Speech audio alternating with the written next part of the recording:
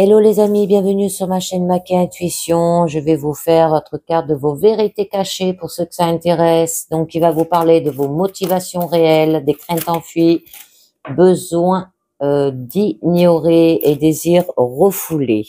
D'accord? Donc, la carte, elle a sauté, je vous la mets là. Et cette carte qui vous dit, êtes-vous prête à y faire face, à accepter que vos vérités cachées soient mises à jour et à cesser de laisser vos peurs vous contrôler?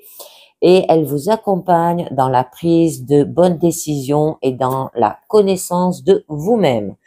Alors là, on nous parle de la carte 28 et qui nous parle de la triangulation. Alors, un triangle relationnel échappe à votre regard. Cela peut signifier que vous êtes amené à jouer le rôle de l'intermédiaire, troisième point du triangle, que vous faites jouer à des gens ce rôle contre quelqu'un, que des gens font jouer ce rôle à d'autres contre vous ou tout ce qui précède. La triangulation est l'une des tactiques de manipulation sociale les plus courantes. Elle se produit généralement de manière inconsciente. La triangulation survient lorsqu'au lieu de communiquer directement avec la personne avec qui nous avons un conflit de manière à parvenir à une résolution, nous nous adressons à une troisième personne avec le désir inconscient ou même conscient de le mettre de notre côté contre la personne avec laquelle nous avons un conflit. Nous pouvons utiliser la troisième personne comme intermédiaire pour transmettre des informations à cette première personne. Mais ce n'est pas la même chose que d'utiliser simplement une intermédiaire car l'intention subconsciente de la triangulation est de diviser. Nous utilisons une personne contre l'autre. De façon subconsciente, nous pensons que notre seul moyen de préserver notre image de bonne personne, d'amener la troisième à valider que nous avons le bon rôle dans le conflit. La façon d'y parvenir est également de faire en sorte que cette troisième personne ait un problème avec la personne avec laquelle nous avons nous-mêmes un problème. Nous avons décidé que la meilleure façon d'amener quelqu'un à se mettre de notre côté contre quelqu'un d'autre est de nous faire passer pour le gentil et l'autre pour le méchant. Alors même si c'est nous qui, en fait, avons créé le problème en premier lieu, nous jouerons la victime.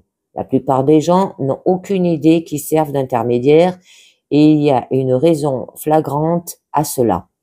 Les personnes versées dans l'art d'utiliser la triangulation comme moyen de manipulation se feront jamais apparaître clairement qu'elles essaient de montrer quelqu'un d'autre contre quelqu'un d'autre pour obtenir la satisfaction de leurs propres besoins. Au contraire, elles vont désinformer, mentir, faire et dire tout ce qui donne l'expression que c'est tout le contraire afin que leur tactique, qui est souvent très inconsciente, ne soit jamais décelée. Et les insécurités des autres sont le camouflage le plus courant qu'elles utilisent.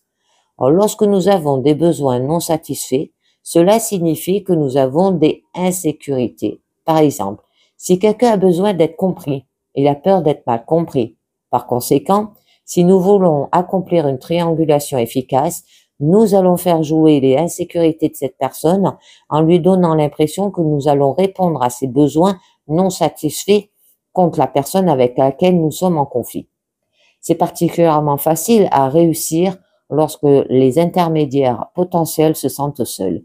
Il suffit alors de donner à la personne que nous essayons inconsciemment d'utiliser comme intermédiaire l'impression qu'elle peut se rapprocher de nous en s'imposant à l'autre personne. La raison pour laquelle une personne qui sert d'intermédiaire ne s'aperçoit pas du rôle qu'on lui fait jouer dans le triangle est que la personne qui fait de la triangulation va rarement créer un nouveau problème entre elle et la première personne avec qui elle a un conflit. Au lieu de cela, la personne manipulatrice camouflera ses intentions en utilisant une blessure, une insécurité ou un besoin non satisfait qu'elle peut sentir exercer déjà entre cette troisième personne et celle contre qui on l'adresse. En fait, la personne manipulatrice capitalisera sur une fissure qui existe déjà pour creuser un grand canon. Donc, si vous avez tiré cette carte, la triangulation est en cours. Vous devez gérer le conflit quand il est minuscule, directement avec la personne avec laquelle vous êtes en opposition. Vous devez déterminer ce dont vous avez besoin pour répondre à ces besoins. La manipulation ne se produit que lorsqu'une personne a le sentiment de ne pas pouvoir satisfaire ses besoins directement et qu'elle doit le faire indirectement. Essayez de déterminer de quoi les gens ainsi que vous-même ont réellement besoin de ce qu'ils veulent. Si vous pensez que quelqu'un fait une triangulation, demandez-lui franchement ce qu'il compte obtenir en s'adressant à vous de la sorte. Si vous faites de la triangulation, vous comptez-vous obtenir avec des commérages. Développer de l'empathie et de la compassion. L'antidote à la triangulation est l'empathie. Dans un conflit initial, les deux parties sont généralement victimes d'une manière ou d'une autre. Par exemple, nous pouvons être victimes de quelqu'un qui nous donne pas la priorité, mais il se peut que cette personne soit victime d'une pression extrême et c'est pourquoi elle agit de la sorte. L'empathie n'est pas destinée à annuler notre souffrance, elle est conçue pour que nous puissions rester unis et non pour que nous nous enfermons dans notre propre perception. L'empathie permet de s'assurer que nous ne nous mettons pas nous-mêmes ou d'autres personnes dans le rôle du méchant, de la victime ou du sauveteur et que nous nous contentons de gérer le conflit en cours ainsi que les besoins que le conflit fait remonter à la surface. Il est très facile de tomber dans le piège de renforcer le triangle une fois qu'on y apparaît. La triste réalité est que lorsqu'une personne décide qu'elle a besoin de soutien contre une personne avec laquelle elle est en conflit, vous devenez partie intégrante du triangle. Que vous ayez choisi ou non de l'être, que cela vous plaise ou non. Donc, chaque fois que vous avez affaire à un triangle et que vous jouez un rôle quelconque au sein de ce triangle, ce qui est le cas si vous avez tiré ce sceau, la question directive à garder à l'esprit est la suivante. Ici même avec cette déclaration ou cette action, est-ce que je renforce le triangle ou est-ce que je contribue à le démanteler? Donc, si vous avez du mal à décerner si c'est vous qui faites la triangulation ou non, n'hésitez pas à brasser de nouveau le jeu et à tirer un autre sceau. La carte que vous tirerez vous donnera la réponse. Bon, faut que je vous en tire une autre. Alors, attendez.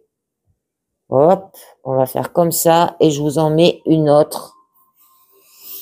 Allez, j'en prends une autre. Ah ben la 62. La 62, elle arrête pas d'apparaître. Hein. Donc, je vais vous dire ce que c'est, mais je ne vais pas tout vous lire. Hein. Le déni de la mort, on l'avait vu, hein. D'accord? C'est la mort de quelque chose et en fait nécessaire dans votre situation pour arriver là où vous voulez aller. Il y a quelque chose que vous devez laisser partir, il faut que quelque chose se termine. Vous êtes actuellement incapable de voir la valeur de cette fin et la nécessité de celle-ci. On vous refuse de la voir. Et on vous apprend que c'est l'heure du changement aussi, de la transition et la fin de quelque chose et de la transformation afin de laisser derrière soi ce qui n'a plus lieu d'être. Il vous dit qu'à l'heure actuelle, vous êtes en train de résister sérieusement à cela. Hein? D'accord, les amis? Alors, le déni de la mort, vous résistez à cela. Alors, on vous demande d'y mettre fin. Hein? Et fin à la triangulation. D'accord? Ça veut dire de diviser les autres. Vous les manipulez, en fait, pour entrer en conflit avec eux. Eh ben, moi, ça, je l'ai fait quand j'étais enfant. Je l'avoue. Mais maintenant, je le fais plus. Voilà. Et ben voilà, c'est terminé pour vos cartes du jour, du coup. Et je vous dis merci de m'avoir écouté et à très bientôt. Ciao. Bye bye.